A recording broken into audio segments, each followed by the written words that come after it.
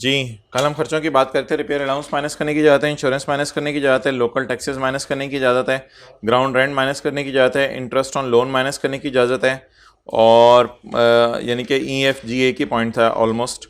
और point H में हमने पढ़ा था कि कलेक्शन चार्जेस या एडमिन चार्जेस माइनस करने की इजाज़त है। तो लेकिन ये एक्चुअल माइनस करने की इजाज़त नहीं है। कैमरे के सामने से हट जाओ भाई, क्या हो रहा है? ये एक्चुअल माइनस करने की इजाज़त नहीं है। एक्चुअल और 4% of rent chargeable to tax whichever is lower minus करने की इजाज़त है। ओके, ग्रॉस को, हाँ अच्छा जी, पॉइंट आए। लीगल चार्जेस, अगर आपके खिलाफ केस हो गया कोर्ट में तो लीगल चार्जेस भी आपको माइनस करने की। अगर कोई बंदा ये कहता है कि ज़मीन आके मेरी है और आप उसके खिलाफ कोर्ट में केस कर देते हैं तो ऐसी सूरत के अंदर भी खर्चा माइनस करने की इजाज़त है। ओके, पॉइंट जे। पॉइंट जे में वो बताने लगे जी बैड डेट माइनस करने की इजाज़त है। बैड डेट ये होता है जी, कुछ भी नहीं है, बस आप लोन लेने गए बैंक से मोर्टगेज में, तो बैंक ने कहा आप सिक्योरिटी रखवा दें कोई चीज़, आपने सिक्योरिटी रखवा दी, इसको मोर्टगेज कहते हैं। बैंक ने लोन दे दिया आपको, आपने उस लोन पे इंटरेस्ट पे कर दिया, इंटरेस्ट खर्चे के तौर पे माइनस करने की इजाज़त है। अच्छा जी, हाँ जितना साल भी केस चलेगा लीगल चार्जेस माइनस करने की इजाज़त है। पॉइंट जे। पॉइंट जे के अंदर मोहतरम वो बात ये करना चाह रहे हैं कि बैड डेट माइनस करने की इजाज़त है। बैड डेट क्या है? आपने घर किराए पे दिया और किराएदार किराया लेके भाग गया। अब जो किराएदार किराया लेके भाग गया तो आपको दुख होगा, इस दुख को खर्चा कहेंगे। ये दुख या ये खर्चा माइनस करने की इजाज़त है। पढ़ें जी, where there are reasonable grounds to believe, यानी यहां पे ये यकीन किया जा सके, जहां ये उम्मीद हो, where there are reasonable grounds to believe that unpaid rent is irrecoverable. क्या अनपेड रेंट आपका क्या है? इरिकवरेबल है। अनपेड, किराएदार उसको अनपेड कहेगा, मालिक मकान तो कहेगा मुझे अभी तक रिसीव नहीं हुआ। तो unpaid rent is irrecoverable, recover नहीं हो सकता। जहां ये मुनासिब ग्राउंड्स अवेलेबल हैं कि अनपेड रेंट रिकवर नहीं हो सकता, तो एक अलाउंस माइनस करने की इजाजत है equal to unpaid rent. Unpaid rent को कहते हैं bad debt. Equal to bad debt, बुरा उधार, यानी कि बंदा पैसा नहीं देके गया, तो फिर बैड डेट माइनस करने की इजाजत है। एन अलाउंस का मतलब क्या है? अलाउंस का मतलब है यानी उतनी एग्जैक्ट अमाउंट। उधर तो अलाउंस था ना, रिपेयर अलाउंस, वो 1/5 था, ये एग्जैक्ट अमाउंट होगी।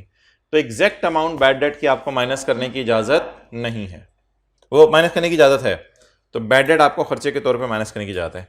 लेकिन इसके लिए 3 शर्तें पूरी होनी चाहिए। Number 1, tenancy was bona fide. Tenancy was bona fide. Bona fide का मतलब है कि रेंट एग्रीमेंट बना हुआ है जिसपे ओनर और किराएदार का नाम आ रहा है। बोनेफाइड का मतलब होता है ओरिजिनल डील होनी चाहिए आपकी। तो बोनेफाइड का मतलब, ऑनलाइन वाले भी बच्चे बाद में पूछते हैं तो अभी उर्दू में लिख लें ताकि बाद में आपको पूछना ना पड़े। बोनेफाइड का मतलब है रेंट एग्रीमेंट बना हुआ है जिसपे ओनर और किराएदार का नाम आ रहा है, यानी ऐसे हवाई बातें ना हो। रेंट एग्रीमेंट बना हुआ है जिसमें ओनर और किराएदार का नाम आ रहा है। जी अब्दुल्ला, वो किधर है, क्या है? अब्दुल रहमान, हाथ खड़ा करें। कल छुट्टी की थी, हाथ खड़ा करें अगर कल छुट्टी की थी तो। यार हाथ दोगे यार, खड़े हो जाएं, चलें खड़े रहें। Okay, tenancy was bona fide. Tenancy was bona fide का क्या मतलब है? ओरिजिनल रेंट एग्रीमेंट बनाओ। Next, the defaulting tenant. Defaulting tenant कौन सा किराएदार है? बैठ जाएं। डिफॉल्टिंग टेनेंट कौन सा किराएदार है? जो भाग गया है। क्या लेके भाग गया है? पैसे लेके भाग गया है, किराया लेके भाग गया है।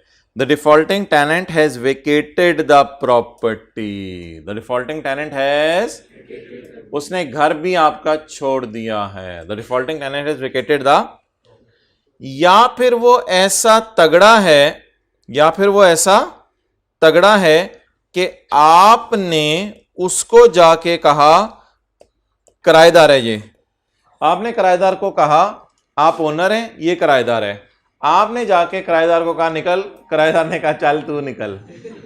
तो और स्टेप्स हैव बीन टेकन, और steps have been taken, brightness का इशू तो नहीं आ रहा, और steps have been taken to compel the tenant to vacate the property, और स्टेप्स ले लिए गए हैं to compel the tenant to vacate the property. ये स्टेप्स ले लिए गए हैं और उसे कहा गया है कि भाईजान आप प्रॉपर्टी छोड़ दो, टू वेकेट द प्रॉपर्टी, लेकिन वो नहीं छोड़ा। तो दो सूरतें हो सकती हैं, देखें इधर, या तो डिफॉल्टिंग टेनेंट ने प्रॉपर्टी छोड़ दी है, या छोड़ नहीं रहा, आपने स्टेप्स ले लिए हैं to compel the tenant to vacate the, आपने बड़ा जोर लगाया है वो प्रॉपर्टी छोड़ दे, लेकिन वो प्रॉपर्टी छोड़, आला दर्जा तो ये आप प्रॉपर्टी छुड़वा लें, लेकिन अगर आप प्रॉपर्टी नहीं छुड़वा पाते तो क्या हाल है, आप नहीं आप स्टेप्स शो करें, एफबीआर को शो करें, देखो मैं गया था, मैं बंदे कराए थे, लेकिन वो अकेला ही बंदा काफी था और मेरी सारी कोशिशें नाकाम है, वो नहीं घर छोड़ा। और अगली शर्त, कई दफा ऐसा होता है एक ही बंदा आपके एक से ज्यादा घर किराए पे लिए होते हैं, एक ही बंदे ने आपके एक से ज्यादा घर किराए पे लिए होते हैं, तो ऐसी सूरत के अंदर जो है वो जो दूसरे घर हैं आपके उनसे भी आप उसे निकाल चुके हो। And the defaulting tenant is not in the occupation of any other property of the owner, person से मुराद ओनर। डिफॉल्टिंग टेनेंट के पास आपकी और कोई प्रॉपर्टी भी नहीं है। अच्छा जी, तो जिस प्रॉपर्टी का अभी वो किराया लेके भागा है उसके बारे में या तो उसे आप निकाल दें स्काई ब्लू लाइन, या कोशिश करें उसे निकालने की, और इसके अलावा कोई और प्रॉपर्टी अगर उसने आपके किराए पे ली हुई है तो उससे भी उसको निकाल दें। पॉइंट 2, अगली शर्त बैड डेट माइनस करने की, owner has initiated the legal proceeding, और आपने कोर्ट में उसके खिलाफ क्या कर दिया है, कार्रवाई शुरू कर दी है, केस शुरू कर दिया है, या आपने उसे कहा मैं तेरे खिलाफ केस कराने लगा हूं, मैं बड़े बड़े लॉयर हायर करूंगा, उसने कहा मैं जज करा लूंगा, और ही believe that legal proceeding would be useless. आपने इसको कहा मैं तेरे खिलाफ केस करूंगा, इसने कहा तू मेरे खिलाफ केस करेगा, तेरी हिम्मत कैसे होगी मेरे खिलाफ केस करने की, चल बोल। हमने कहा नहीं यार नहीं करता, मैं जा रहा हूं। आप जो है वो बेचारा मुंह नीचे करके जो है वो चले गए।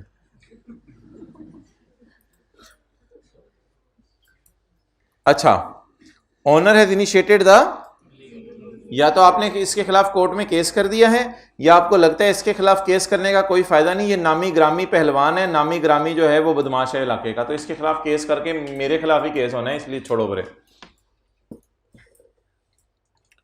और तीसरी शर्त, unpaid rent has previously been included under the head income from property and tax has been paid on it.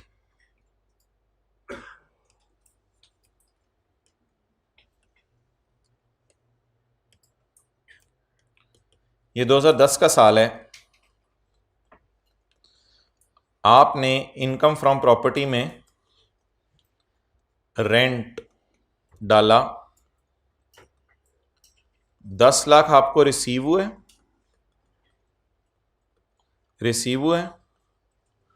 और 2 लाख रिसीव नहीं हुआ लेकिन रिसीवेबल है। तो अब आप मुझे बता दें कि टोटल आपका किराया कितना बना, 12 लाख। ऑब्वियसली इसमें से आपने खर्चे वगैरह माइनस किए होंगे, और खर्चे माइनस करके आपकी इनकम फ्रॉम प्रॉपर्टी आ गई होगी, रिपेयर अलाउंस वगैरह माइनस किया होगा, और इस पे फिर आपने क्या जमा कराया होगा, टैक्स। ये 2 लाख 2010 में रिसीवेबल थे और आपको उम्मीद थी ये दे जाएगा। 2011 का साल आया तो आपने उसकी बड़ी मिन्नत की, समाजत की, आपने उसे कहा भाईजान पैसे दे दो, उसने पैसे नहीं दिए, आपने उसे घर से भी निकाल दिया, आपने उसके खिलाफ कोर्ट में केस भी कर दिया। अब लॉ मेकर कहता है यार आपको ये माइनस करने की इजाजत है। अब 2011 के अंदर जब आप इनकम फ्रॉम प्रॉपर्टी निकालेंगे तो 2011 के अंदर जो भी रेंट आ रहा होगा, लोगों की कई प्रॉपर्टीज रेंट पे होती हैं, तो जो भी रेंट आ रहा होगा आपका, उस रेंट में से आपको खर्चे माइनस करने की इजाजत है। उसमें एक खर्चा तो रिपेयर अलाउंस है, वो तो माइनस करते ही हैं, एक खर्चा होगा बैड डेट, बुरा उधार। ये वही वाला 2 लाख होगा जिसको पिछले साल हमने रिसीवेबल में डाला था, लेकिन अब उसको माइनस करेंगे या प्लस करेंगे। तो पिछले साल इनकम में गया था और इस साल किस में चला जाएगा? खर्चे में चला जाएगा। नोट कर लें जी। जी बिल्कुल, तीनों।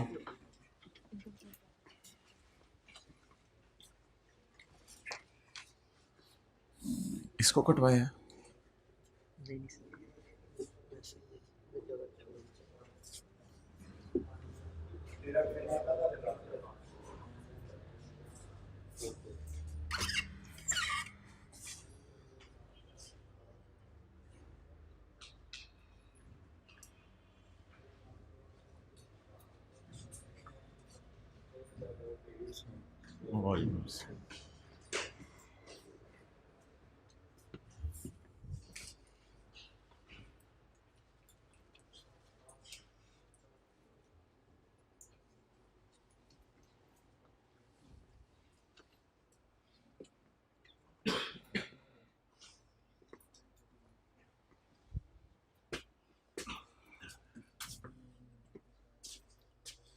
Okay next.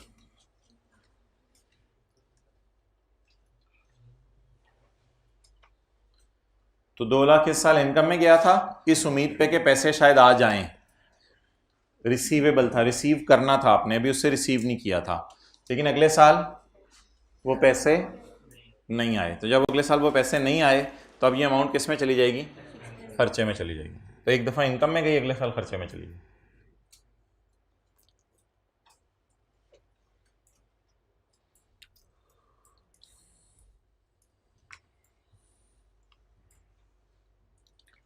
Unpaid rent has previously been included under the head income from property. Unpaid rent has previously been included under the head income from property. Unpaid rent has previously been included under the head income from property. आगे क्या लिखा हुआ है? And the tax has been, और इस पे tax भी पे हो चुका है। अब जाहिर बात है ये इनकम में गया और इनकम में जाके इस पे टैक्स भी पे हो गया। तो जब टैक्स पे हो गया तो इसका मतलब है आपने तो इस पे इनकम में डाल के टैक्स दे दिया, लेकिन अब ये 2 लाख तो आपको आया ही नहीं। तो जो आया ही नहीं तो अब वो किस में चला जाएगा? खर्चे में चला जाएगा। अब इस फिक्रे को याद कर लें। अनपेड रेंट, ये unpaid rent has previously been included in income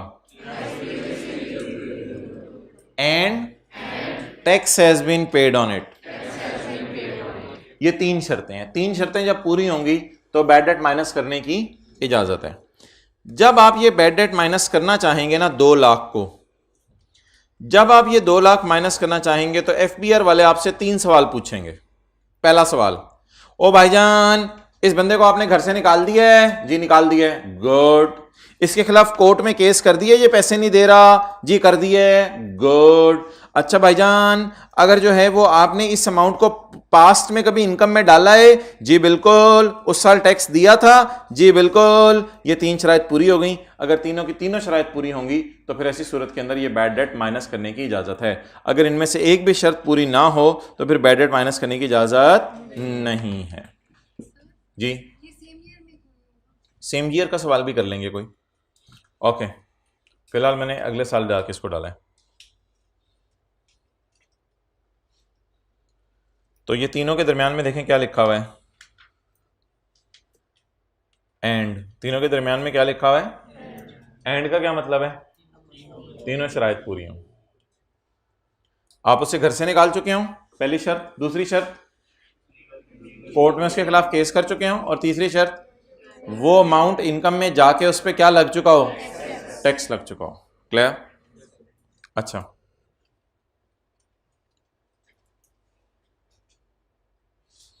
अच्छा भाई क्या ऐसा हो सकता है कि 2012 में वो बंदा खुद ही आ जाए पैसे लेके? 11 में आपको यकीन हो गया था वो पैसे नहीं ला रहा, लेकिन 12 में वो खुद ही पैसे लेके आ जाए। 2012 में आपको 1.5 रिसीव हुआ, पूरा 2 लाख या 1.5? आप बता दें 1.5 के साथ क्या सलूक करें, इसको इनकम में डाल दें। 1.5 को किस में डाल दें?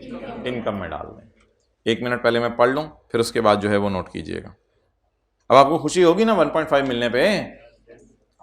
Where any unpaid rent allowed as खर्चा, where any unpaid rent allowed as खर्चा इन 2000 इस सारा का सारा या थोड़ा सा रिकवर्ड? सारा रिकवर हुए, थोड़ा dead. The recovered dead shall be chargeable in the year of receipt। Chargeable का क्या मतलब है? टैक्सेबल। चार्जेबल का क्या मतलब है? टैक्सेबल। यानी जिस साल ये पैसे मिले उस साल आप इनकम में डाल देंगे आप।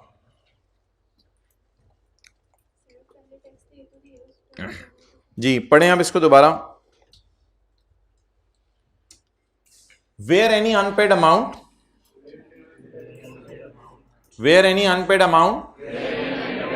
is allowed as deduction and आगे क्या लिखा हुआ है? and it is wholly or partly recovered। आगे क्या लिखा हुआ है? the amount shall be chargeable to tax in the year in which it is received। तो अब किसी के जहन में ये ना है कि ये डबल इनकम में ऐड हो गई है, कि इधर भी 2 लाख इनकम में ऐड हुआ था और इधर भी वही वाला 1.5 लाख इसका ऐड हो रहा है। ऐसी बात नहीं है बिल्कुल भी। देखें ना, इधर 2 लाख इनकम में ऐड भी हुआ था और फिर अगले साल माइनस भी तो हुआ था, तो ओवरऑल इफेक्ट तो 0 हो गया था इसका। तो अब दोबारा जब 1.5 लाख आया तो इसको इनकम में डालना पड़ेगा हमें। टैक्स दे चुके थे लेकिन अगले साल जो है वो इतना टैक्स सेव भी तो कर लिया था माइनस करके फिगर। अगले साल जब ये फिगर माइनस हुई होगी तो अगले साल टैक्स कम हुआ होगा, तो उतना टैक्स सेव भी तो हो गया। तो अब ये डबल इनकम में ऐड नहीं हो रहा। कल तक कर लेंगे नोट? कर लिया 2012 नोट? मेहरबानी।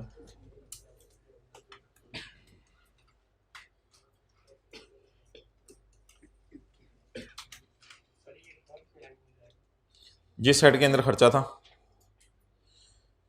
इनकम ऑफ प्रॉपर्टी,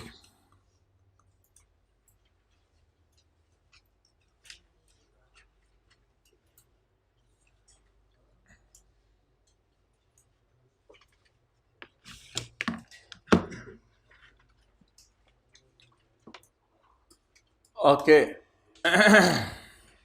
करें चलें फिर आगे। अच्छा, where any unpaid rent it allows as deduction in 2011 में डिडक्शन अलाउ है ना, इज होली और partly recovered in 2012। allowed as reduction in 11 is recovered in 12। the amount recovered shall be taxable in the year of receipt। जिस साल वो receive हुई। Receive किस साल हुई है? 2012 में। अगले हफ्ते आपका टेस्ट होगा चैप्टर 4 का। किस दिन होना टेस्ट? सैटरडे को। ओके, बल्कि चैप्टर 4 इनकम प्रॉपर्टी दोनों का कर लें। इनकम प्रॉपर्टी भी उस दिन तक ख़त्म हो गया होगा। मैं पूछ नहीं रहा था। ओके, पॉइंट नंबर 3 को अभी छोड़ दें। पॉइंट और जो चैप्टर रनिंग में चल रहा होता है वो तो बंदे को वैसे ही याद होता है। पॉइंट नंबर 3 ये हम बाद में पढ़ेंगे। This provision is same as section 34 का 5। सेक्शन 34 अभी तो हम पढ़ ही नहीं रहे, यही हम इनकम फ्रॉम बिजनेस के चैप्टर में पढ़ेंगे। This provision is same as section 34 का 6, ये भी हम इनकम फ्रॉम बिजनेस के चैप्टर में पढ़ेंगे। जो ऑनलाइन वाले बच्चे जूम की मीटिंग के अंदर सवाल पूछेंगे कि ये कब होगा, उनको मैं जवाब नहीं दूंगा। गौर से सुना करें इसी वक्त बैठ के। 3 और 4 हमने नहीं पढ़ा, ये हम बाद में पढ़ेंगे, may be after 2 to 3 months। Okay चलें जी। अब पीछे कौन सा पॉइंट रह गया? 5 और 6। 3 और 4 को पेंडिंग पे डाल दिया। 5 और 6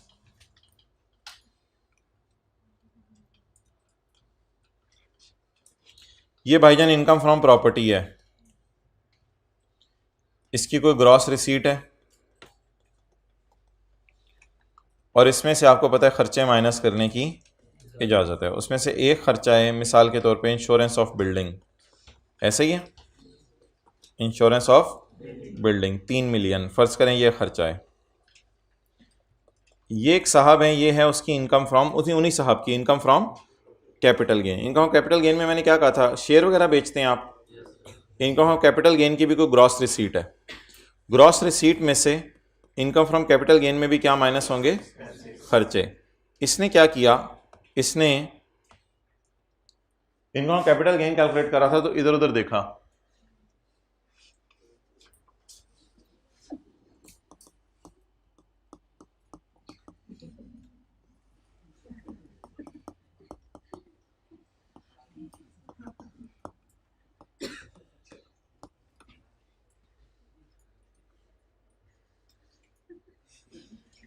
ऐसा कर सकते हैं? क्यों? जो खर्चा जिस हेड का है उस हेड में भी माइनस कर लें और एक दो और हेड में भी माइनस कर लें, खैर है, खर्चा तो है ना।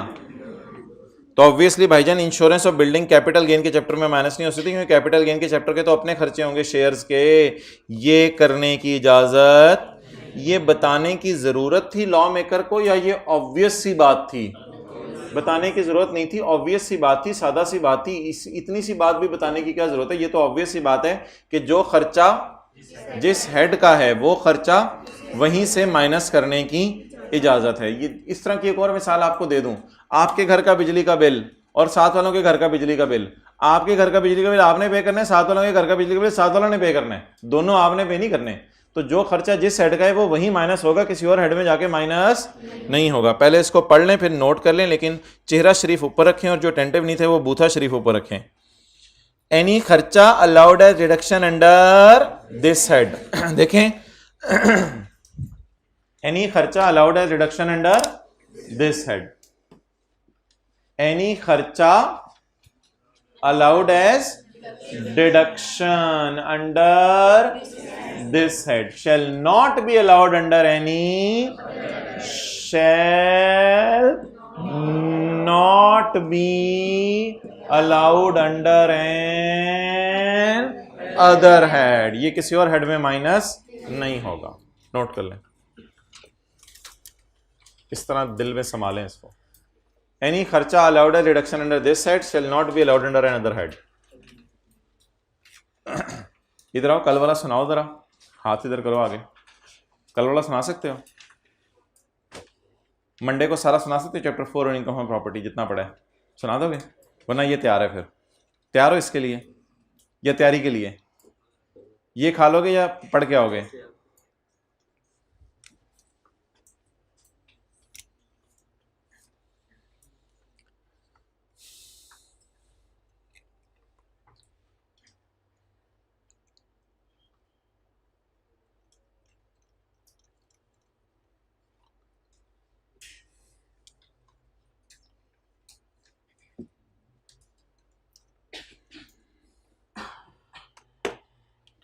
ओके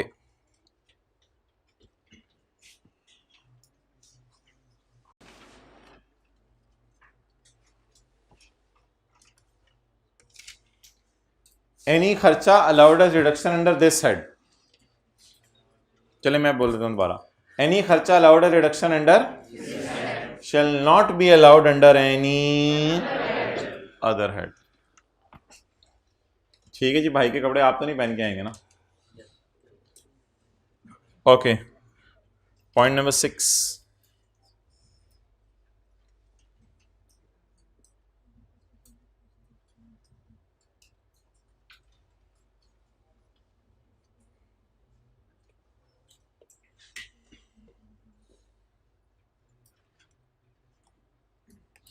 अब्बू की बड़ी जलाली तबीयत थी। अब्बू ने बड़े भाई को बुलाया, अपने नहीं, अपने बेटे को, यानी अब्बू ने अपने बेटे को बुलाया, ठीक है, और बेटे को बुला के कहा, बेटा ये काम घर में नहीं हो सकते, ना तेरे दोस्त इधर आ सकते हैं, ना तू अम्मी के खाने में कमियां निकाल सकता है, ना तू मेरी नाफरमानी कर सकता है, और ना तुझे इंटरनेट इस्तेमाल करने की इजाज़त है। तो अब्बू ने बड़े भाई को बुला के कुछ चीज़ें मना की। अब थोड़ी देर में छोटा भाई आया, आप बताएं जब छोटा भाई आएगा तो छोटा भाई उसको अब्बू दोबारा चीजें बताएंगे या बड़े भाई के कान में मुंह से कुछ बोल देंगे? बड़े भाई के कान में क्या कह देंगे? जाओ छोटे को भी ये 4 असूल बताओ, जिंदगी के रहनुमा और सुनहरी असूल। जाओ छोटे को भी ये 4 असूल बताओ, या टाइम जाया करेंगे और दोबारा छोटे को बताएंगे सारे असूल? आसान तरीका क्या है बोलें? बड़े के लिए रूल बना दिए, वही किसको बता दें? छोटे को बता दें। या बार बार जो भी घर में आ रहा हो उसके लिए अब्बू रिपीट करें ये रूल? बार बार रिपीट करने की जरूरत नहीं है। अच्छा, एक चैप्टर है हमारी बुक में इनकम फ्रॉम बिजनेस, एक चैप्टर है हमारी बुक में इनकम फ्रॉम बिजनेस। उसमें 9-10 खर्चे हैं, 9-10 खर्चे। मिसाल के तौर पे खर्चा है फाइन टू गवर्नमेंट, हुकूमत को फाइन पे किया। मिसाल के तौर पे खर्चा है एक्सपेंस पेड इन कैश, को खर्चे हैं कैश में पे किए। असल में कैश में अगर आप बड़ी अमाउंट पे कर देना, तो भाई ने भाई से बात कर ली है, कैश में अगर आप बड़ी अमाउंट पे कर दें तो ऐसी सूरत में वो खर्चा भी हुकूमत हमें माइनस नहीं करने देती। इनकम फ्रॉम बिजनेस के चैप्टर में हम एक लिस्ट पढ़ेंगे, ये अबू तो जरा इधर से, इनकम फ्रॉम बिजनेस के चैप्टर में हम एक लिस्ट पढ़ेंगे कि कौन कौन से खर्चे माइनस करने की इजाजत नहीं है, क्योंकि उनकी नेचर में मसला है, उनकी नेचर में मसला है। तो बिजनेस के चैप्टर में हम कुछ खर्चे पढ़ेंगे जिनकी नेचर में मसला है और वो खर्चे माइनस नहीं हो सकते। क्लियर? अच्छा, अब बिजनेस के अंदर कॉलेज वालों को, कॉलेज वाले बिजनेस इनकम कमा रहे हैं, तो आपकी फीस में से बिजली के बिल माइनस करने की इजाजत है, आपकी फीस में से उनको जो है वो टीचर्स की सैलरी माइनस करने की इजाजत है, आपकी फीस में से बिल्डिंग का रेंट माइनस करने की इजाजत है, आपकी फीस में से जनरेटर का पेट्रोल माइनस करने की इजाजत है, आपकी फीस में से कैमरामैन को दिए गए पैसे माइनस करने की इजाजत है, आपकी फीस में से ये सारी चीजें माइनस करने की इजाजत है लगे। लेकिन अगर कॉलेज वालों ने हुकूमत को कोई फाइन पे कर दिया तो लॉ मेकर कहता है ये बुरी हरकतें कर रहे हैं, ये खर्चा हम इनको माइनस नहीं करने देंगे। या लॉ मेकर ये कहते हैं वो खर्चे जो तुमने कैश में पे किए, जिनका सबूत नहीं है तुम्हारे पास, बैंक का तो सबूत होता है किसके अकाउंट में पैसे जमा कराए, उन खर्चों को भी हम माइनस नहीं करने देंगे। हाँ, बिजनेस के चैप्टर में हम पढ़ेंगे छोटे मोटे खर्चे कैश में पे हो सकते हैं, लेकिन बड़े बड़े खर्चे कैश में पे नहीं हो सकते। तो काफी मिसालें पढ़ेंगे हम बिजनेस के चैप्टर में, वो खर्चे वहां पढ़ेंगे जो माइनस करने की इजाजत नहीं है। अब बिजनेस के चैप्टर में जितने भी बुरे खर्चे हो सकते थे उनकी लिस्ट बिजनेस के चैप्टर में डाल दी गई। और अगर आपके पास किताबें हैं तो बिजनेस का चैप्टर निकाल लें, दूसरा सफा,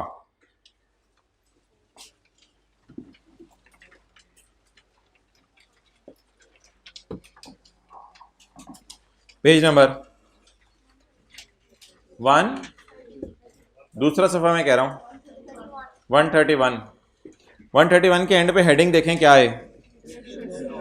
डिडक्शंस नॉट अलाउड का किताबें ले ली होंगी ऑनलाइन वालों ने। डिडक्शन नॉट अलाउड का क्या मतलब है उर्दू में?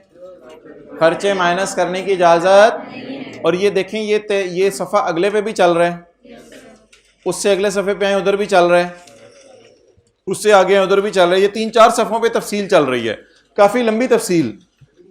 ऐसे मैंने अपनी तरफ से नंबर दिया 4, 5, 6। तो बिजनेस के चैप्टर में 9-10 खर्चे हम पढ़ेंगे जिनकी नेचर में क्या है और वो माइनस करने की इजाजत।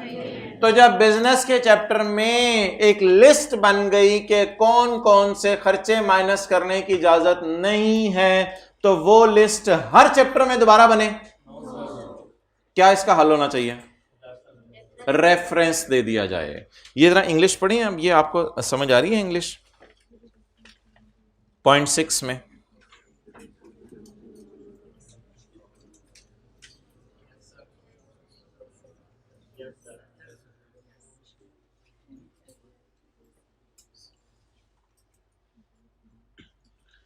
अच्छा, इधर दा की जगह अगर दोज होना तो बड़ा मजा आए। Those deductions which are not allowed under the head income from, वो वाली डिडक्शंस जो बिजनेस में माइनस करने की इजाजत, क्योंकि उनकी नेचर में मसला है ना, उनकी नेचर में मसला है, बुरे खर्चे हैं। Will also not be allowed under the head income from, वही खर्चे प्रॉपर्टी में अगर आप कर दें उस तरह के खर्चे तो माइनस करने की इजाजत भाईजान ये पिछला पॉइंट बिल्कुल डिफरेंट था, उसमें ये था जो खर्चा माइनस कर सकते हैं वो उसी हेड में कर सकते हैं, किसी और में नहीं कर सकते, वो अलग बात थी, वो अलग बात थी। अब क्या बात है, ये अच्छे खर्चों की बात हो रही थी, पॉइंट 5 में अच्छे खर्चों की बात हो रही थी कि ये अच्छा खर्चा है, बिल्कुल माइनस करो, लेकिन दो दो जगह माइनस ना करो, डबल डबल माइनस ना करो, एक दफा माइनस करो। पॉइंट 5 में ये बात हो रही थी। 6 में क्या बात हो रही थी, 6 में बात हो रही थी खर्चा अच्छा है ही नहीं, खर्चे की नेचर ही क्या है, बुरी। तो जो खर्चे अपनी नेचर में बुरे हैं उनकी लिस्ट हमने किस चैप्टर में पढ़नी है। अब वही सारी लिस्ट इस चैप्टर में डाली जाए या इस चैप्टर में उसका रेफरेंस डाल दिया जाए, इस चैप्टर में उसका रेफरेंस डाल दिया जाए। Those deductions which are not allowed under the head income from business will also not be allowed under the head income from, वो खर्चे यहां भी माइनस नहीं हो सकते। अब स्टिल इतनी लंबी बात करने के बाद फिर भी लोग सवाल पूछते हैं, ऑनलाइन वाले स्पेशली, तो इसलिए उर्दू में मैं लिखवाने लगा हूं ताकि आप लोग सवाल ना पूछें। उर्दू में इस बात की समरी लिख लें। बिजनेस में बुरे खर्चों की लिस्ट दी हुई है, इस सफ़े के एंड पे बहुत जगह है। बिजनेस के चैप्टर में बुरे खर्चों की लिस्ट दी हुई है। पॉइंट 6 का मतलब बता रहा हूं, बिजनेस के चैप्टर में बुरे खर्चों की लिस्ट दी हुई है।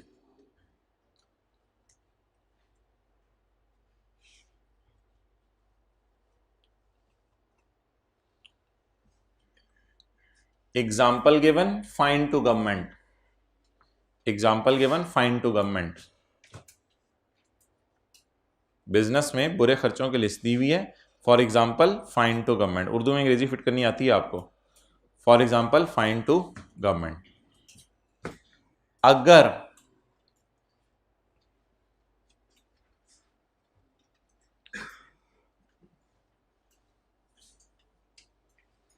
अच्छा, मैंने पहली लाइन क्या लिखवाई है, बिजनेस के चैप्टर में बुरे खर्चों की लिस्ट दी गई है। Example given fine to government. अगर उस तरह का बुरा खर्चा प्रॉपर्टी के चैप्टर में करें, अगर उस तरह का बुरा खर्चा प्रॉपर्टी के चैप्टर में करें तो यहां भी माइनस नहीं हो सकता। अगर उस तरह का बुरा खर्चा प्रॉपर्टी के चैप्टर में करें तो यहां भी माइनस नहीं हो सकता।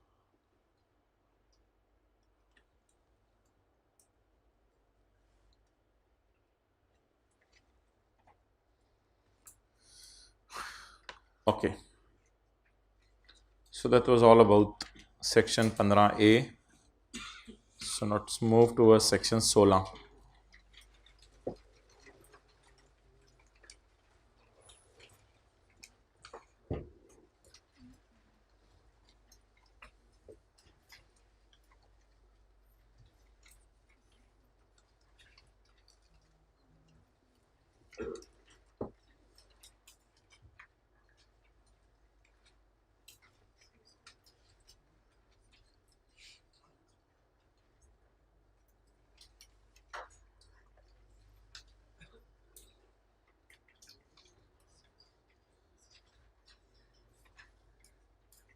Section 16, Example 1.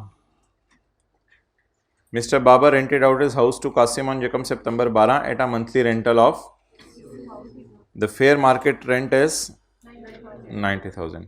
किस साल की हमने इनकम निकालनी है, 30 जून 13 की, फिर 30 जून 14 की और फिर 30 जून 15 की। 13 की, 14 की और 15 की। फिलहाल मैं सिर्फ 30 जून 13 की इनकम निकाल रहा हूं। जितना सवाल मैंने हाईलाइट किया है उसको सामने रख के तो बता दें जी, यकम सितंबर 12 को अगर घर किराए पे दिया, अटेंटिव हो जाए, नींद पूरी करके आया करें। यकम सितंबर 12 को अगर हमने घर किराए पे दिया तो कितना अरसा घर किराए पे रहा, कौन कौन सा महीना उठाएं, सितंबर, अक्टूबर, नवंबर, दिसंबर, जनवरी, फरवरी, मार्च, अप्रैल, मई, जून। तो यकम सितंबर से 30 जून 13 तक कितना अरसा बनता है, यकम सितंबर से 30 जून 13 तक कितना अरसा बनता है, 10 महीने। तो 10 महीने घर किराए पे रहा। लेट स्टार्ट, रजिस्टर पे नोट करना शुरू करें। सोल्यूशन, ये भाईजान बनेगा टैक्स ईयर 2013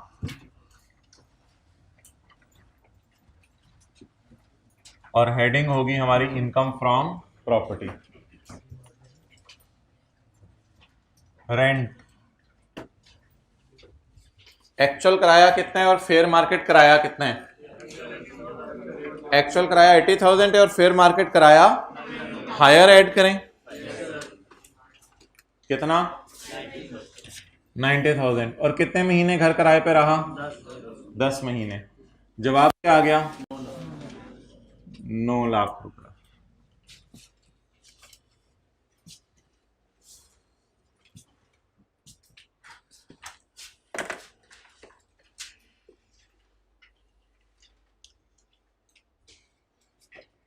ओके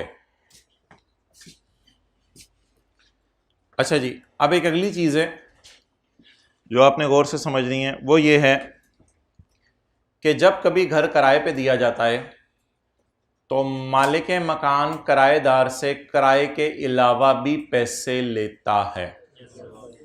मिसाल के तौर पे मालिक मकान ने किराएदार को कहा कि तुम मुझे हर महीने लाख रुपया दिया करो किराया, और साल का किराया होगा 12 लाख, 12 लाख साल का किराया होगा मिसाल के तौर पे, और इसके साथ तुम मुझे 4 लाख भी दो।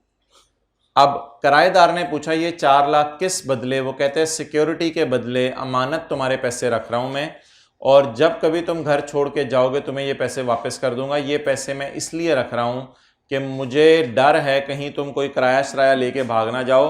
तो किराएदार अगर मान जाता है तो फिर किराएदार ये पैसे भी देता है। तो मालिक मकान किराएदार से सिक्योरिटी के तौर पे कुछ पैसे मांगता है। इन पैसों को नॉन एडजस्टेबल रेंट कहते हैं। इन पैसों को नॉन एडजस्टेबल रेंट कहते हैं। नॉन एडजस्टेबल क्यों कहते हैं इसकी वजह सुन लें। मिसाल के तौर पे मालिक मकान ने किराएदार को कहा कि तुम मुझे लाख रुपया हर साल किराया दो, तो टोटल किराया तुमने मुझे देने साल का 12 लाख, और इसके साथ तुम मुझे 4 लाख और दो। ये सिक्योरिटी के तौर पे मैं तुम्हारे पैसे रख रहा हूं, तुम्हें वापस कर दूंगा जब तुम घर छोड़ के जाओगे। तो किराएदार ने कहा वो जो 12 लाख है उसमें कुछ कमी होगी इस 4 लाख पे करने की वजह से, कि 12 लाख जो मैंने तुम्हें किराया देना है लाख रुपया, क्या वो भी थोड़ा कम हो जाएगा इस 4 लाख की? जैसे कहता है नहीं नहीं नहीं नहीं, इसका उससे कोई ताल्लुक। तो क्या जो 12 लाख है वो एडजस्ट होके कम होगा 4 लाख की वजह से? नहीं कम होगा। इसका मतलब है 4 लाख को कहते हैं नॉन एडजस्टेबल, यानी ये रेंट से एडजस्ट नहीं होगा। जैसे आपने कभी किसी स्कूल के अंदर नए स्कूल में एडमिशन लिया हो तो वहां आप जमा करवाते हैं एडमिशन फीस। एडमिशन फीस अलग होती है, ट्यूशन फीस अलग होती है। तो आप जब ट्यूशन फीस देने लगते हैं तो आप पूछते हैं कि मैंने एडमिशन फीस दे दी है, इसकी वजह से ट्यूशन फीस एडजस्ट कर दो। तो वो कहते हैं नहीं नहीं नहीं नहीं नहीं, ट्यूशन फीस अलग है, एडमिशन फीस अलग है। तो ये पैसे किराए के अलावा होंगे, ये पैसे किराए के अलावा होंगे। क्लियर? ये थी जी बात, ये पैसे किराए के अलावा होंगे। अब वो पैसे कितने हैं वो जरा देखते हैं। In addition to monthly rent, क्योंकि मंथली रेंट का तो हमने जो भी करना था सलूक कर लिया ना, मंथली रेंट के साथ जो सलूक करना था कर लिया। In addition to monthly rent, monthly rent के अलावा, in addition to monthly rent, Qasim also agreed to pay, किराएदार also agreed to pay 6 lakh as non adjustable advance. Qasim ने 6 लाख रुपया नॉन एडजस्टेबल किराए के तौर पे या नॉन एडजस्टेबल एडवांस के तौर पे देने को एग्री कर लिया। इसका मतलब है अगर मैं मालिक मकान के जूते पहनूं तो मुझे किराया भी आता रहेगा और ऊपर के पैसे भी एक आए, and that is rupees 6 lakh. इस 6 लाख का करना क्या है?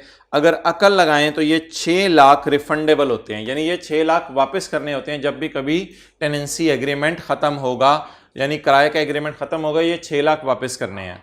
लेकिन ये 6 लाख जो वापस करने हैं असूली तौर पे दिल में आ रहा है कि इसको इनकम में ना डालें, क्योंकि वो पैसे ही क्या जो अमानत के तौर पे आए और वापस कर दिए, ये तो मेरी इनकम नहीं बनेगी। इनकम तो वो होती है जो पैसे मेरे पास हमेशा के लिए आ गए, ये तो मैंने अमानत के तौर पे लिए हैं और एंड पे क्या कर देने हैं। लेकिन लॉ मेकर शायद कह रहे हैं कि इन पैसों को आप घर में इस्तेमाल करके कोई ना कोई कारोबार छोटा मोटा शुरू कर सकते हो, ये डर है मुझे। इसलिए मैं चाह रहा हूं कि इन पैसों को भी आप इनकम में डालो। अब 6 लाख अगर पूरा इनकम में डाल दिया तो टैक्स पेयर परेशान हो जाएगा, इसलिए 16 का 1 आगे बढ़ा और उसने कहा मैं बताता हूं 6 लाख को कैसे इनकम में डालना है। Where the owner of a building, where the owner का नाम क्या है? वेयर द बाबर ऑफ अ बिल्डिंग। चलो, वेयर द बाबर of a building.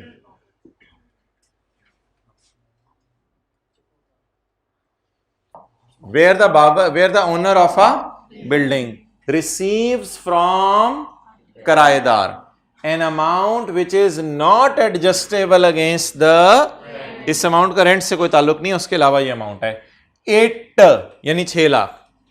8 shall be chargeable under the head income from, इसको किस हेड में डाल दो? Income from in the year in which it was receive, यानी 2013 का साल, and the following 9 years in equal proportion. Author की अमाउंट को 3 सालों में इनकम में डालते थे, लेकिन उसमें 1 साल ये होता था और पिछले 2 साल होते थे। इधर 1 साल ये और अगले 9 सालों में इसको आहिस्ता आहिस्ता इनकम में डाल दो। यानी कितने सालों में इनकम में डालो? तो सिंपल 10 से डिवाइड कर दें इसको। इस 6 लाख को पूरा इनकम में डालो या थोड़ा थोड़ा करके? इस 6 लाख को पूरा इनकम में नहीं डालना, इस 6 लाख को थोड़ा थोड़ा थोड़ा थोड़ा थोड़ा थोड़ा थोड़ा थोड़ा थोड़ा थोड़ा 10 दफा थोड़ा करके आपने इसको इनकम में डालना है। नॉन एडजस्टेबल एडवांस कितना है जी? सबर सबर, पहले मुझे नोट करने दें। इसको कितने सालों में इनकम में डालो? और ये 10 महीने कोई और चीज है, ये तो इतने महीने घर किराए पे रहता है, इस 10 का इस 10 से कोई ताल्लुक नहीं है, ये तो 1 महीना भी हो सकता था इधर। बस 6 लाख को कितने सालों में इनकम में डालने? 10 सालों पे, चाहे जिस दिन मर्जी घर किराए पे दिया उससे कोई फर्क नहीं पड़ता। बस 6 लाख को आपने सिंपली 10 से डिवाइड कर देना है। जवाब क्या आ गया? अब आपने 6 लाख को 10 से डिवाइड करके 2013 में भी इनकम में डालेंगे, 14 में भी डालेंगे, 15 में भी, 16 में भी, 17 में भी, 18 में भी, 19 में भी, 20 में भी, 21 में भी, 22 में भी। 10 साल इस 6 लाख को 10 से डिवाइड करके जो है वो इनकम में डालते रहेंगे, यानी 60 हजार को इनकम में डालते रहेंगे। जवाब क्या आ गया? अभी नोट नहीं करना, 9 लाख। और मशहूर जमाना रिपेयर अलाउंस ने कहा मुझे भी तो लिफ्ट करवाओ, रिपेयर अलाउंस माइनस कर दें। 960,000 इंटू 1/5 192,000। और आगे जवाब बताएं क्या आया? चलें जी, पहला साल हमारा खत्म हुआ न्यूमेरिकल का, दूसरा साल अब शुरू करेंगे। पहला साल नोट कर लें।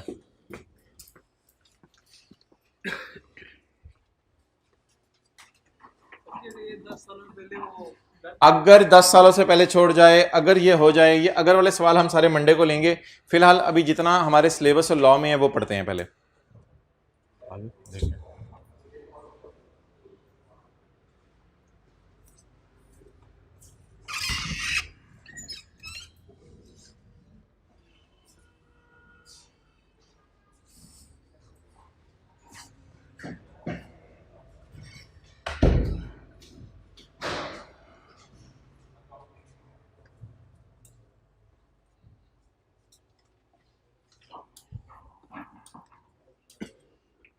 ओके यार, ये इस तरह का रजिस्टर लो जिस तरह का आई कैप के अंदर जो क्वेश्चन पेपर होता है उतनी लाइनों वाला। ये भी नहीं सही, ये भी नहीं सही, ये भी नहीं सही, ये भी नहीं सही, ये शायद सही लग रहा है। ओके चलें जी। अच्छा, आगे मैं सवाल नहीं पढ़ा। अगले साल यही किराएदार रहेगा और इससे हम किराया लेंगे, लेकिन अगले साल तो पूरे साल फिर किराए पे लेगा ना। इस साल तो पहली दफा आया था किराएदार, तो अगले साल तो पूरे साल किराए पे रहेगा। तो अगले साल की इनकम निकालें जी। Tax year 2014, income from property. अच्छा, इस पर टैक्स भी पे होगा, लेकिन टैक्स ऑब्वियसली मैं भी निकाल नहीं रहा, वो आप खुद कैलकुलेट कर सकते हैं। इस पर टैक्स भी पे होगा, ऐसे ही है ना। अच्छा, इनकम ऑफ प्रॉपर्टी अगले साल की, रेंट बोले 90,000। सबर सबर सबर सबर सबर, लेकिन मल्टीप्लाई कितने महीनों से करें? 12 महीनों से करें। इंटू 12 महीने बोले तो 1080,000। ओके, ये रेंट हो गया। नॉन एडजस्टेबल अमाउंट, पुराना अमाउंट पिछले साल वाली कितनी है? 6 लाख। वैसे तो लिखने की जरूरत नहीं, इसको 10 से डिवाइड करें, वो अमाउंट पिछले साल हमने निकाल के रखी हुई है 60,000, उस रखी हुई अमाउंट को भी यूज कर सकते हैं। तो 60,000 को इनकम में डालें, जवाब कितना आ गया? 1140,000। और इन द एंड क्या माइनस करें? रिपेयर अलाउंस 1140,000 इंटू 1/5 बोलें तो 80, ज्यादा जीरो नहीं होगा? 228,000। जवाब बता दें क्या आया? 2 लाख, 9 लाख 12,000। और इसके ऊपर फिर टैक्स आ जाएगा। साथ साथ याद करते रहें, ऑनलाइन वालों हजरात, ये आने वाले दिनों में बिल्कुल टाइम नहीं मिलना। और लेक्चर किसी के पेंडिंग है वो जल्दी जल्दी कवर करें। ये टाइम आने वाले दिनों के लिए छोड़ेंगे तो दिन कोई नहीं आने, छोटी ईद बड़ी ईद, उसमें और पता नहीं मैंने क्या क्या काम दे देना है। ये ईदें अब अगले साल ही बनाएं, आप इस साल ज़रा पढ़ाई पे फोकस करें।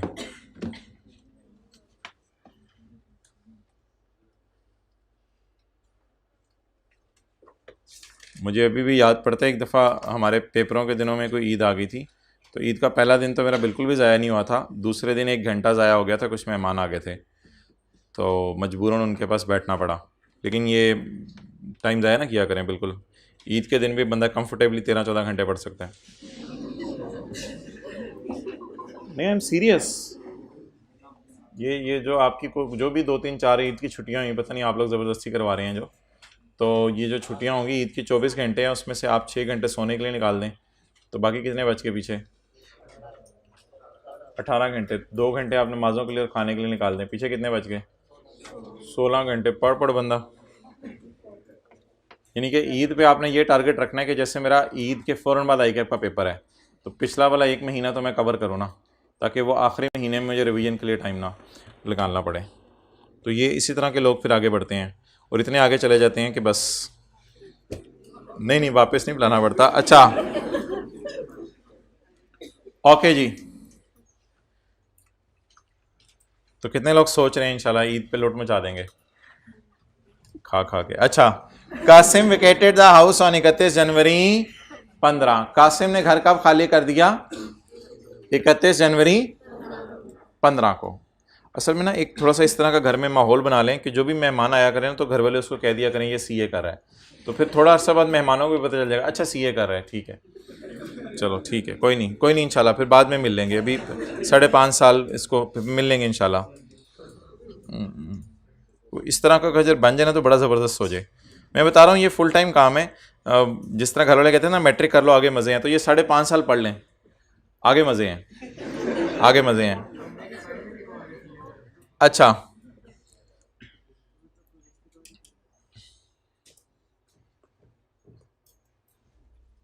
मैट्रिक में बस सही नंबर ले लो, आगे तो मज़े ही मज़े हैं। अच्छा 30 13 30 14 और 30 भाईजान आप जैसे ही बस पास होते हैं सर्टिफिकेट और मेरिट भी ले लेते हैं, आप जैसे ही होते हैं। कई दफ़ा मैंने चेक किए, सबके 2 कान होते हैं जिनके सर्टिफिकेट आते हैं। अच्छा, कौन कौन सा साल है हमारा? 13, 14 और 15। ये कौन सी तारीख है? 13। भाईजान एक से गले ना मिलो, साइड पे हो। अच्छा, ये कौन सी तारीख है? यकम जुलाई 12। और ये कौन सी तारीख है? 14। और ये कौन सी तारीख है? 30 जून 15। होते किसी शहजादे को ये बातें आज पता चल रही हों। बहरहाल तो 30 जून 13, 30 जून 14 और 30 जून 15। मुझे बता दें पहले वाला किराएदार किस दिन आया था? यकम सितंबर। यहां से कर लूं और यहां से कर लेते हैं ना, क्योंकि ये तो जुलाई और अगस्त बन जाएगा ना। यकम सितंबर को आया था। चलें जी, पहला किराएदार जो है यकम सितंबर को आया था।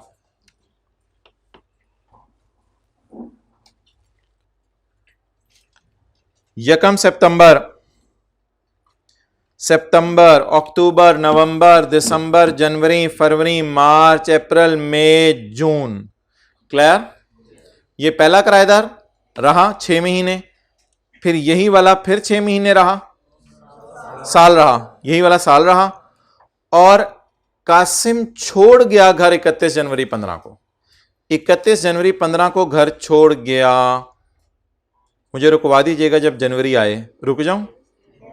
जनवरी आ गया है। ओ भाई ये तो जुलाई अगस्त है, खुदा के लिए कोई होश के नेल ले। जब जनवरी आए तो रुकवा दे मुझे। आ गया जनवरी, तो थोड़ा सा मेरी तरफ से ये जनवरी आ गया, तो आगे फिर क्या आएगा? फरवरी, मार्च, अप्रैल, मई और जून। तो बता दें इस दिन पुराना किराएदार चला गया।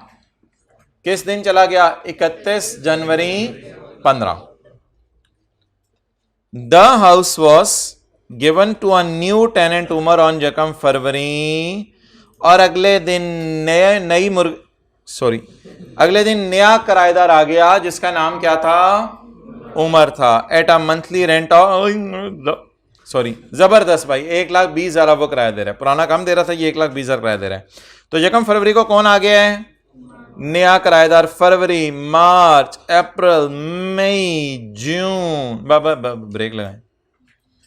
तो पहले साल तो 10 महीने का रहा था किराएदार, दूसरे साल 12 महीने रहा था, तीसरे साल पुराना 7 महीने रहा, और नया 5 महीने रहा। ऐसा ही है। चलें जी, अब आगे सवाल मत पढ़ें। और ये जो मैंने लाइन ग्रीन में हाईलाइट की है, the house was given to new tenant at monthly rent of 1,20,000, तो इस बेस पे कैलकुलेशन कर लें। पुराना किराएदार कितना रहा आखिरी साल? 31 जनवरी तक रहा है ना, 7 महीने, और नया किराएदार 5 महीने। अब कौन सा टैक्स ईयर शुरू होगा? 2015। Tax year 2015। रेंट पुराने किराएदार से जुलाई से जनवरी तक, ऐसा ही है। जुलाई, अगस्त, सितंबर, अक्टूबर, नवंबर, दिसंबर, जनवरी। और नए किराएदार से फरवरी से जून तक। कितने महीने? 5 महीने। ओके, अब जी कैलकुलेशन करना शुरू करें। पुराने का किराया 90,000 मल्टीप्लाइड बाय 7 महीने 6,30,000। नए का किराया मल्टीप्लाइड बाय 5 महीने 6 लाख। चलें नोट कर लें।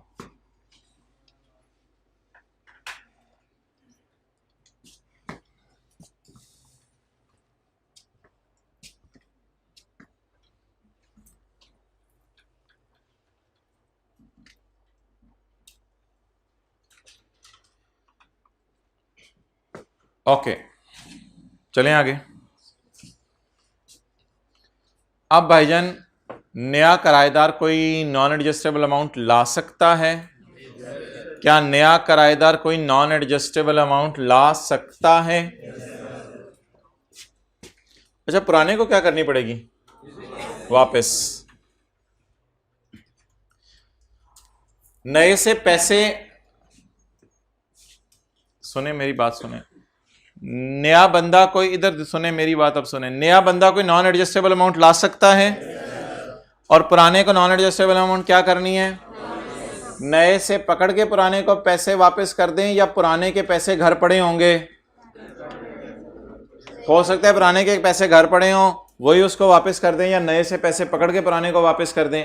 हो सकता है पुराने खर्च हो गए हों, उससे कोई फर्क नहीं पड़ता। बस नए को पैसे, नए से पैसे लेने हैं और पुराने को पैसे वापस करने हैं। वो आपकी भला जैसे मर्जी करें। द न्यू किराएदार गेव 9 लाख। पुराने ने तो 6 लाख दिया था। द न्यू किराएदार gave as non adjustable which was, अभी मेरी इधर बात सुने, इधर देखें, तो टेंशन इधर, तो फिर कैसे समझ आएगा? द न्यू टेनेंट ने कितने दिए? 9 लाख। एज विच वॉज थोड़ा सा use to repay 6 lakh to, और 9 लाख में से कुछ पैसे 6 लाख हमने पुराने को क्या कर दिए? वापस कर दिए। अब मुझे बता दें ये क्या सिनेरियो बन रहा है तीसरे साल? पुराना बंदा जा रहा है और नया बंदा आ रहा है। अब सवाल ये राइज होगा कि इस साल 9 लाख हमारी जेब में आ रहा है और पुराने का 6 लाख जा रहा है। अब सवाल ये राइज होगा कि इस साल कैसे ट्रीटमेंट करें, किसकी? नॉन एडजस्टेबल एडवांस, यानी किराए से ये एडवांस एडजस्ट नहीं होता, नॉन एडजस्टेबल एडवांस। अच्छा, इसमें ना आप कई ऑप्शंस हैं, कई ऑप्शंस हैं, लेकिन हमने वो देखना है जो लॉ मेकर कह रहे हैं। अब हो सकता है कोई बंदा ये कहे, एक जब मैं नोट करने को कहा करूं ना तब नोट किया करें, हो सकता है कोई बंदा ये कहे कि नए बंदे से आए हैं 9 लाख, तो पहले 6 लाख को डिवाइड कर रहे थे 10 से, अब 9 लाख को डिवाइड करना शुरू कर दो 10 से। हो सकता है आप में से ही बैठा हुआ कोई बंदा ये राय दे कि 9 लाख को डिवाइड कर दो 10 से, ठीक है। हो सकता है कोई बंदा ये कहे कि 9 लाख में से माइनस करो पहले 6 लाख और जो 3 लाख बचे उसको डिवाइड कर दो 10 से। हो सकता है कोई बंदा ये कहे। हर बंदा अपनी अपनी राय देगा। लॉ मेकर ने कहा भाईजान मुझे बोल लेने दो जिसकी चलनी है। सारे मशवरा कर रहे थे, अब्बू ने कहा सारे चुप करो ये होगा। तो लॉ मेकर ने कहा भाईजान मैं बताऊंगा क्या होगा। हमने कहा तू बता दे क्या होगा। कहते हैं नए से कितने आए, हमने कहा 9 लाख। कहते हैं पुराने के कितने इनकम में डाल चुके हो। आपने कहा हमने तो ऐसे नहीं सोचा। कहते हैं सोचो ऐसे। कहते हैं पुराने के कितने इनकम में डाल चुके हो। हमने कहा एक दफा तोड़ा था इसको 60,000 डाले थे, फिर दूसरी दफा तोड़ा था 60,000 डाले थे, अभी तो पुराने के 1,20,000 इनकम में डाले थे कि वो चला गया। उसका तो पूरा 6 लाख अभी इनकम में डला भी नहीं था। कहता है बस वो माइनस कर दो जो पुराने के इनकम में डाले थे। पुराने की 6 लाख का कितनवा हिस्सा इनकम में जा चुका है 13 में 60,000। पुराने के 6 लाख का कितनवा हिस्सा इनकम में जा चुका है 14 में। कहता है ये माइनस कर दो, लेस ओल्ड का वो हिस्सा, ओल्ड का पोर्शन जो ऑलरेडी टैक्स्ड है, यानी जिस पे ऑलरेडी टैक्स लग चुका है। ओल्ड का वो वाला हिस्सा माइनस कर दो। हमने कहा वो तो 2013 के अंदर उसका 60,000 हमने इनकम में डाला था और 2014 के अंदर भी उसका 60,000 इनकम में डाला था। कहते हैं इसको माइनस करो। माइनस करने के बाद अमाउंट एक अजीब सी आ गई 7,80,000। हम तो अपनी अकल लगा रहे थे 9 लाख 6 लाख को देख के, लेकिन ये अजीब सी अमाउंट आ गई 7 लाख। अब 780 को फौरन तो इनकम में नहीं डालेंगे, जैसे 6 लाख को फौरन इनकम में नहीं डाला था। 780 को पकड़ें और पकड़ के इसको किससे डिवाइड करें, 10 से डिवाइड करें, और इनकम में कितना डालें, 78,000। अब टोटल करा दें 1308,000 और इसमें से रिपेयर अलाउंस माइनस करें और अब नोट कर लें।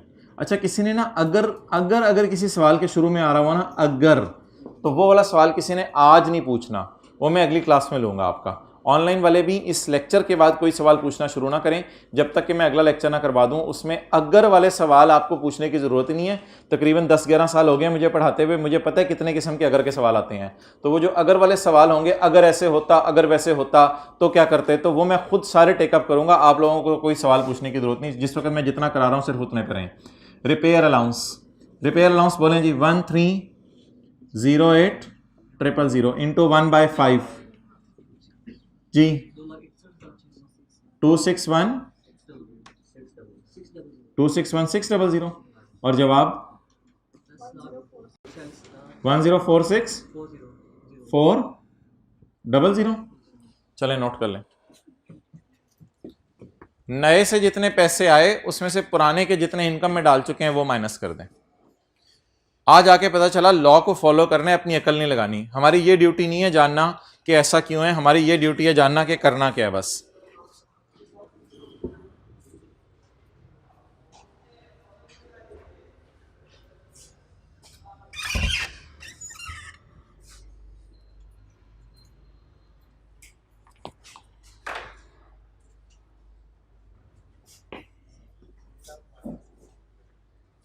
तो उससे 6 लाख तो उसे वापस कर दिया ना, वो 6 लाख घर लेके चला गया।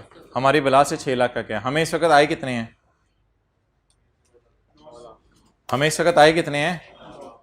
9 लाख आए हैं ना, तो 9 लाख में से वो माइनस कर दें जो इनकम में जा चुके, बस ये बताया।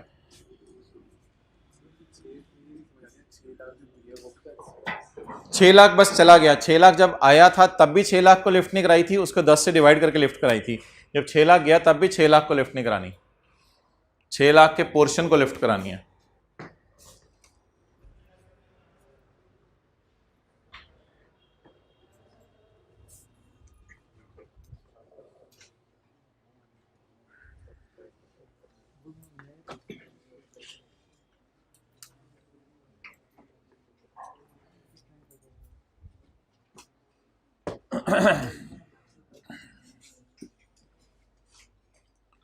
ओके जी, अब ना तेरी ना मेरी लॉ की पढ़ लेते हैं, बस जो उसमें लिखा हुआ है वो करना है हमने, जो करना है वो तो समझ आ गया ना, बस तो यही होता है। इसमें आप ऑथर में भी 3 साल जैसे जैसे करना है, लॉ कह रहा है वैसे करते रहेंगे, बस खत्म। Point 3,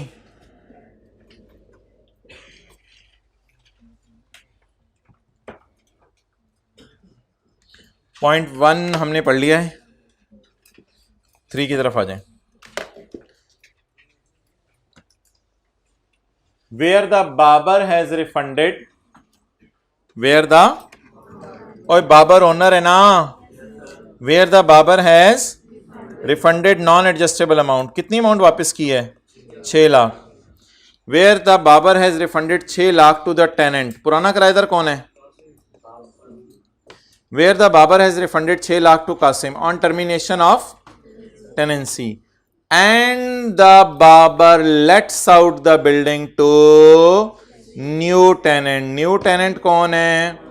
Umar. then new advance, new try करने बोल, new advance, new advance कितना है? new, then new advance minus earlier amount, ना ना ना ना ना ना, न्यू ऊपर देखा करें, new advance minus earlier amount नहीं, new advance minus portion of earlier amount, new advance minus such portion of earlier amount that is charge to tax. New advance minus such portion of earlier amount that is charged to tax, जिसपे क्या लग चुका है?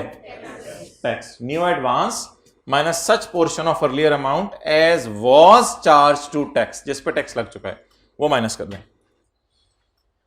तो असल ना बस ये बात है, ये जो रूल है, new advance less such portion of earlier amount that was charged to tax. What is new advance? 9 lakh. What is the amount already charged to tax? 60 और 60। वह खत्म होगी बात, आसान है, आ जाए वापस। अच्छा, shall be chargeable, अब इस पर टैक्स लगाएंगे under the head income from, जिस साल पैसे आए उस साल और उससे अगले 9 साल, किस प्रोपोर्शन में? Equal proportion. अब होगा क्या? अब आप 2015 के अंदर भी आपने 780 को 10 से डिवाइड करके 78,000 लिखा है, 2016 में भी 78,000 होगा, 2017 में भी 78,000 होगा। अब नया 10 साल का सर्कल शुरू हो गया है, अब 10 साल तक 78,000 ही ऐड होता रहेगा, ठीक है। अब आप मुझे ये बताएं, बिल फर्ज 2016 का डाटा भी दिया होता और उसमें यही वाला किराएदार होता, नया वाला, तो नॉन एडजस्टेबल अमाउंट 16 के न्यूमेरिकल में किस तरह सॉल्व करते? अब बोंगी नहीं मारनी कि आप 9 लाख को दोबारा पकड़ के पुरानी 60 और 78 माइनस कर रहे हैं। वो पुराने माइनस तो तब करने होते हैं जब कोई पुराना जा रहा है और नया आ रहा है, वो तो तब माइनस करने होते हैं। अगर अगले साल यही वाला किराएदार रहे तो एग्जैक्ट 78,000 ऐड करेंगे। जैसे पिछले 2 साल से हम 60 और 60 एग्जैक्ट ऐड कर रहे हैं, तो अगले साल आप एग्जैक्ट कितना ऐड करेंगे? 78। तो सफे के एंड पे जगह खाली है, यहां लिखें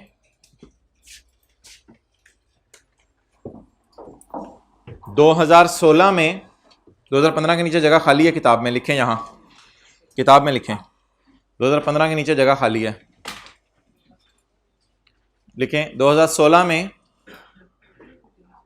2000, ये 15 है ना, 2016 में भी हम 78,000 को नॉन एडजस्टेबल अमाउंट में डालेंगे। 2016 में भी हम 78,000 को नॉन एडजस्टेबल अमाउंट में डालेंगे, क्योंकि अब 780 आ गया है ना, बस 780 को 10 से डिवाइड करना है। 2016 में भी हम 78,000 को इनकम में डालेंगे।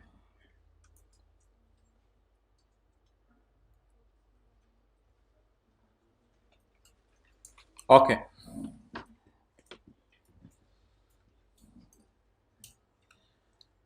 अच्छा जी,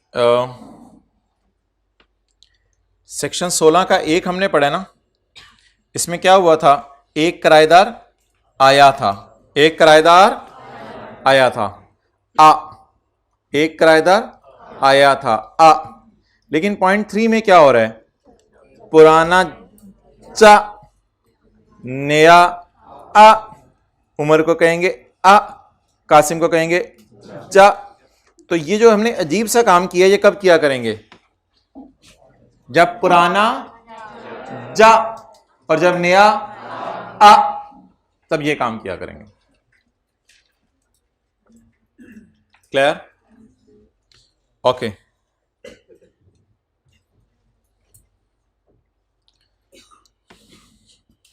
अब ये मैं सवाल थोड़ा चेंज करने लगा हूं, आपने मुझे बताना है कि आपको समझ आई है सवाल कैसे चेंज हुआ है। देखा ही नहीं दोबारा, हाथ धो गई। इधर देखें, आप देखें, देखें, ओ बाय बाय।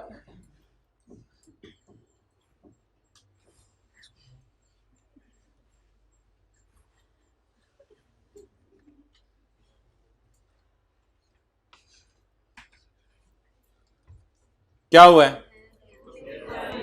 नया नहीं आया और पुराना जा, और हमारी जबान तरस रही है क्योंकि नया है, लेकिन लोग आगे कह रहे हैं इस घर में हम रहे जिसको कासिम छोड़ के गया है। ना ना ना ना ना ना, कभी भी नहीं, इस घर में हम नहीं रह सकते जिसको कासिम छोड़ के गया। तौबा तौबा, हमारी तौबा। पुराना चला गया, नया कोई नहीं आ रहा। Is it possible? Yes, it is possible on next page example. Okay, come here guys. हर गाय अगले सफ़े पे आए, वही गाय ही क्या जो सफ़े पे ना आए। अच्छा जी, continuing from example 1, हम हंस रहे हैं जिसे example 1 भी नहीं हुई जिनसे, नहीं नहीं नहीं, मैं वैसे ही बात कर रहा हूँ। तो पेपर में जो है ना ऐसे कभी आ जाए तो फिर पिछला सवाल पहले कर लिया करें। Continuing from example 1. Assume in 2015 only Qasim Cha and no new ये होता है, आप परेशान ना हो, ये कुछ दिन होता रहेगा। Calculate income from property of tax year 2015। मैं नींदें पूरी करके आया करें, ये आप क्या बहुत बड़ा एहसान होगा अपने वालिदैन पे और कायदे आजम पे। Calculate income from property of tax year 2015। Income हम प्रॉपर्टी निकालनी है जी 2015 की। आप बताएं भाईजान कि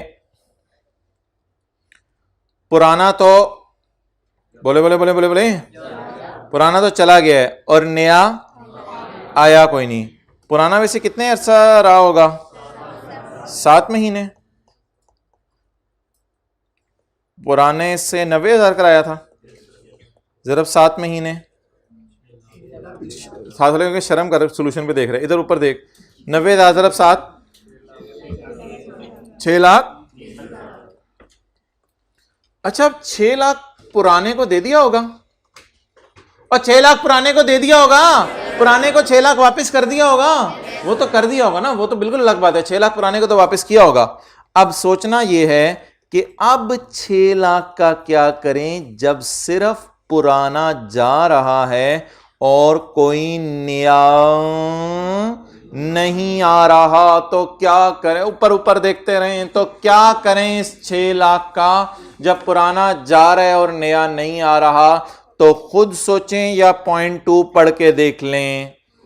पॉइंट 2 पढ़ के देख लेते हैं, हो सकता है आपको वैसे ही समझ आ जाए। वेयर एन अमाउंट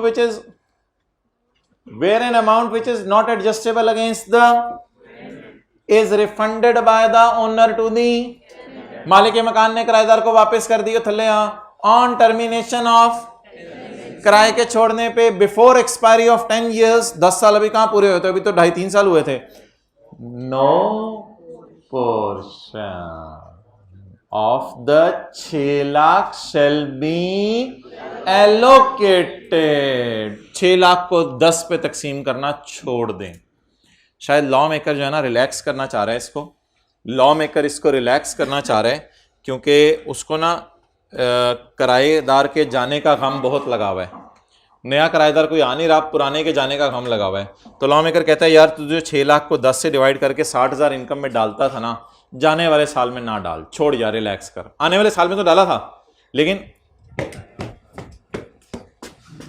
आने वाले साल में तो डाला था, लेकिन जिस साल में चला जाए और कोई नया ना आए, उस साल फिर आप नॉन एडजस्टेबल अमाउंट का कोई पोर्शन नहीं डालेंगे. इससे टैक्स पेयर खुश होगा ना, मेरी इनकम जरा ज्यादा नहीं होगी क्योंकि 0 रुपीज इनकम में ऐड हुई. आपका तो दिल चाह रहा था इस साल भी क्या करते थे, 6 लाख डिवाइडेड बाय 10, लेकिन लॉ मेकर कह रहे हैं आपने नहीं करना. समझना है कि नहीं करना, या सोचना भी है घर जाके क्यों नहीं करना? सोचना नहीं है घर जाके क्यों नहीं करना. ये तो हमारे स्कोप में नहीं, ये तो सीए फाइनल के स्कोप में भी नहीं कि लॉ के पीछे जो लॉजिक है वो क्या है. लॉ के पीछे तो लॉजिक का सवाल पेपर्स के सिलेबस से ही बाहर है. तो इसलिए ये तो नहीं हमने सोचना क्यों करना है, हमने बस ये देखना है क्या करना है. तो क्या करना है समझ आ गया, दैट्स ऑल.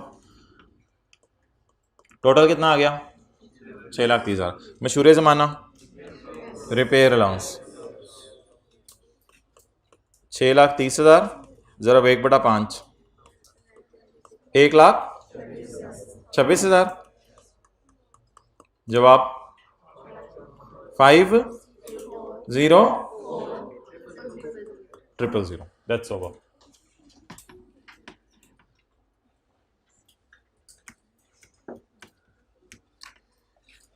तो भाईजान जिस साल कोई जा रहा होगा ना और नया नहीं आ रहा होगा, तो उस साल क्या करना है? बोले बोले बोले, कुछ भी ऐड नहीं करना. तो इस सिनेरियो का नाम लिख लें 2 का. जा और आ कहां से भाईजान, क्या हो गया, ये क्या खा के हैं शहरी में? 0.2 का सिनेरियो क्या था? जा. सिर्फ पुराना क्या हो रहा है? जा रहा है. अब पुराने, अब मैं 0.2 पढ़ के आपके सवाल लेने लगा हूं. एक बार मुझे 0.2 पढ़ लेने दें.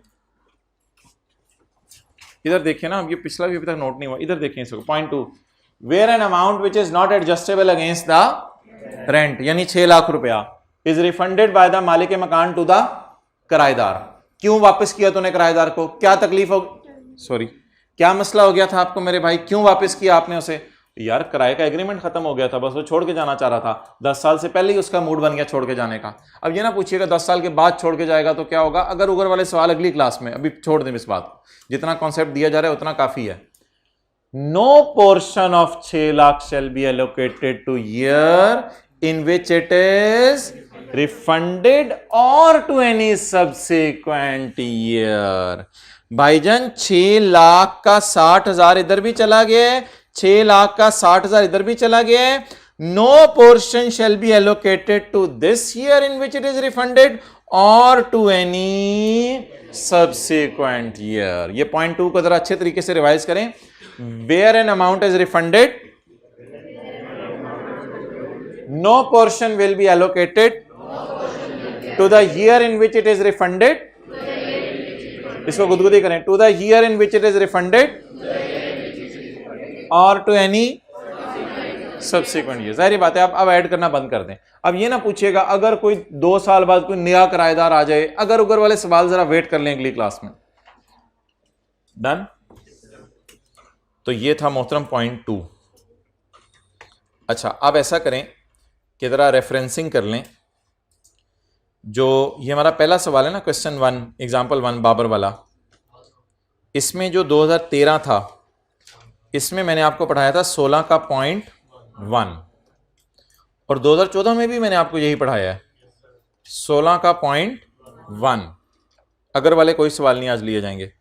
2015 में भी मैंने आपको पढ़ाया 16 का 3, क्योंकि इसमें तो जा आ वाला सिनेरियो है ना. क्लियर? और ये जो अगले सफ़े पे एग्जाम्पल है ना, अल्लाह भला करे जिनके पास नई किताबें हैं, ये कल परसों तक मैं टाइम दे रहा हूँ, नई किताबें खरीद लें, उसके बाद क्लासेस में चेक होंगी। ऐसे पूरे सेशन आपका मसला रहेगा, पेज नंबर भी, एग्जाम्पल्स भी नहीं होंगी आपके पास, कुछ फॉर्मेट्स भी मैंने चेंज किए हैं, तो ये कल परसों तक का टाइम दे रहा हूँ, सबके पास नई किताबें हों। एग्जाम्पल 1A में हमारा जी टेस्ट हुआ है सेक्शन 16 का 2, जिसमें पुराना जा रहा है और कोई नया नहीं आ रहा।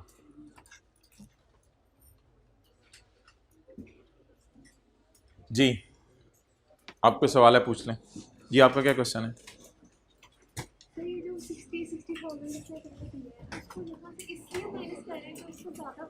वजह तो मुझे भी नहीं पता, एफबीआर को ईमेल कर दें भाई। अगर इसमें से किसी चीज की आपने वजह पूछनी है तो एफबीआर को ईमेल कर दें।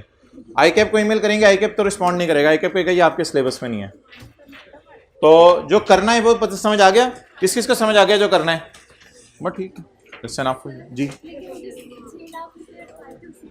क्या ठीक है, ओवर कर दो।